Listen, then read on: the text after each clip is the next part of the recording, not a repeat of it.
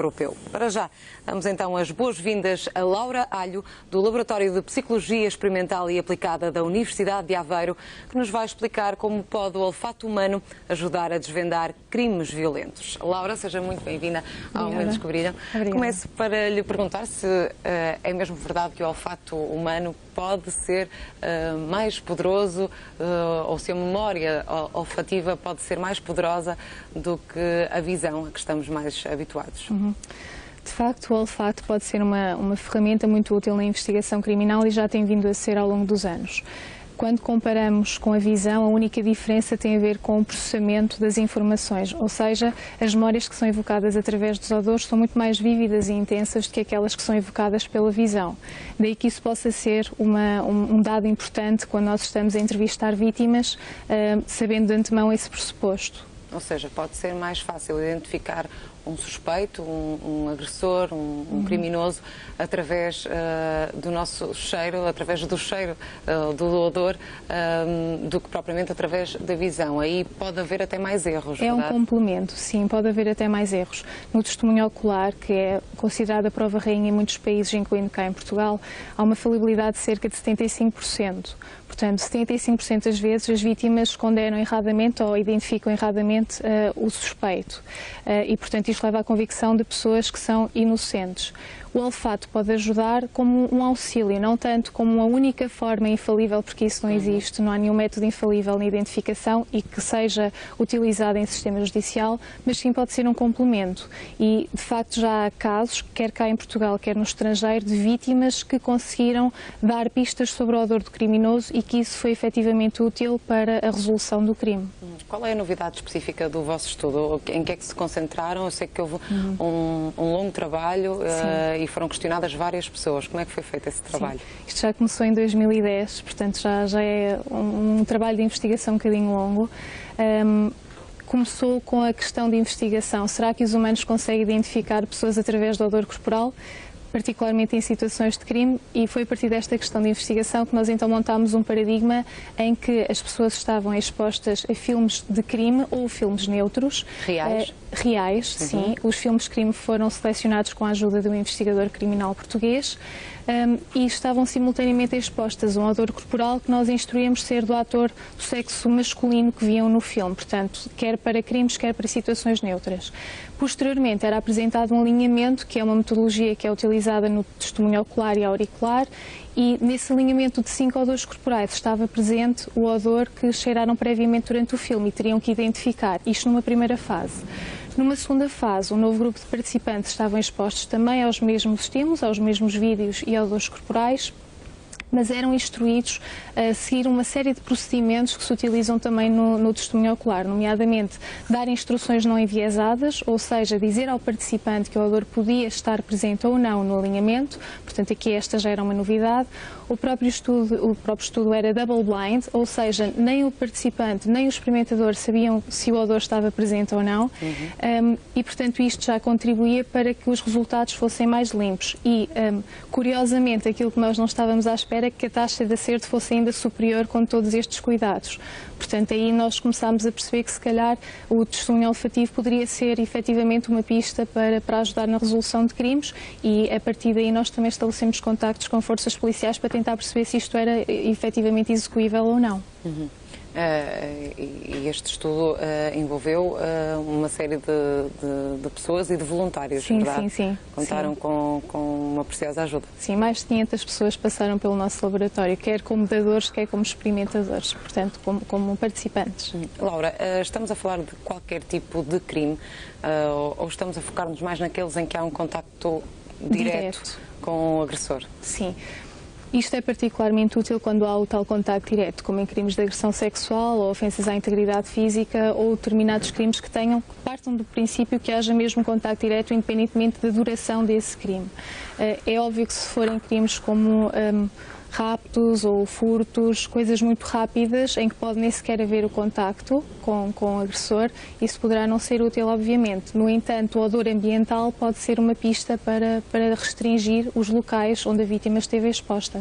Porque a nossa memória muitas vezes acontece-nos cheirarmos uma determinada coisa e imediatamente a nossa memória transporta-nos para o local onde estivemos e onde sentimos esse odor. Exato.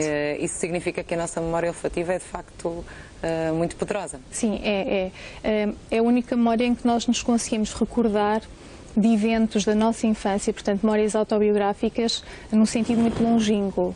Portanto, a memória visual nós temos tendência a acrescentar detalhes, a construir a nossa própria memória e está sujeita a enviesamentos. Nós podemos ouvir outras pessoas falarem do mesmo evento onde nós estivemos presentes, não significa que seja exatamente tal como se passou. Já com a memória olfativa isso não acontece, não há falsas memórias.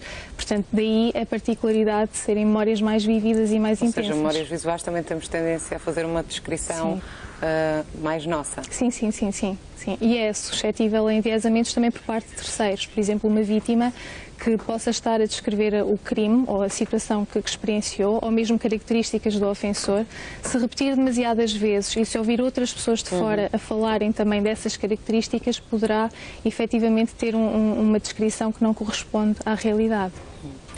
Laura, em que medida é que o testemunho olfativo pode vir a ser relevante em termos judiciais, em termos jurídicos? Porque atualmente isto não poderia ser visto ou tido em conta como uma prova, verdade? Pois, sim. Não está explícito no nosso Código de Processo Penal, no entanto, é possível utilizar nas diligências de investigação criminal para chegar à identificação do ofensor. A prova por reconhecimento, que está contemplada, diz exatamente isso. A própria descrição da vítima, seja descrição de traços físicos ou não, é já uma informação importante no decorrer do sistema judicial, de todo o processo judicial. O odor por si só não está contemplado cá em Portugal, mas já está em vários países, portanto já é utilizado como meio de prova em alguns países e como às vezes única prova em tribunal para ser realizada a identificação do ofensor.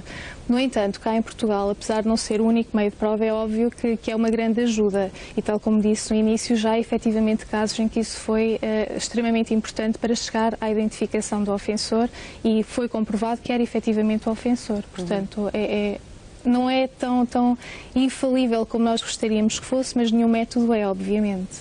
Quer-nos dar algum exemplo desses casos?